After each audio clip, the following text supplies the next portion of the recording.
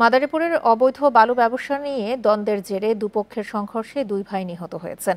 আহত হয়েছেন আরও 8 জন। সদর উপজেলার খোয়াজপুরে এই ঘটনা ঘটে। গুরুতর আহত 3 জনকে উন্নত চিকিৎসার জন্য ঢাকা মেডিকেল কলেজ হাসপাতালে পাঠানো হয়েছে। নিহত 2 জন খোয়াজপুর গ্রামের সাইফুল সর্দার ও অলিল সর্দার। পুলিশ জানায়, আড়িয়াল খাঁ নদের অবৈধ বালুর ব্যবসার আধিপত্য নিয়ে দীর্ঘদিন ধরে মোহাম্মদ শাহজাহান খান ও সাইফুল সর্দারের বিরোধ চলছিল। এরই জেরে দুপুরে দুপক্ষের লোকজনের মধ্যে সংঘর্ষ হয়।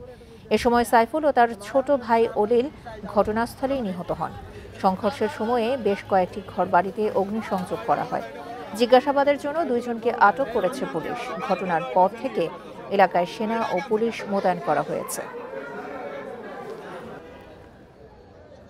এলাকার পরিস্থিতি বর্তমানে শান্ত আছে, কিন্তু আমরা সতর্ক অবস্থায় আছি। আমাদের একটা ডেপ্লয়মেন্ট এখানে আছে এবং আমরা অপরাধীদের ধরতে, যারা যারা হত্যাকাণ্ডের সাথে সংশ্লিষ্ট ছিল, তাদেরকে ধরার জন্য আমরা অভিযান চালিয়ে যাচ্ছি।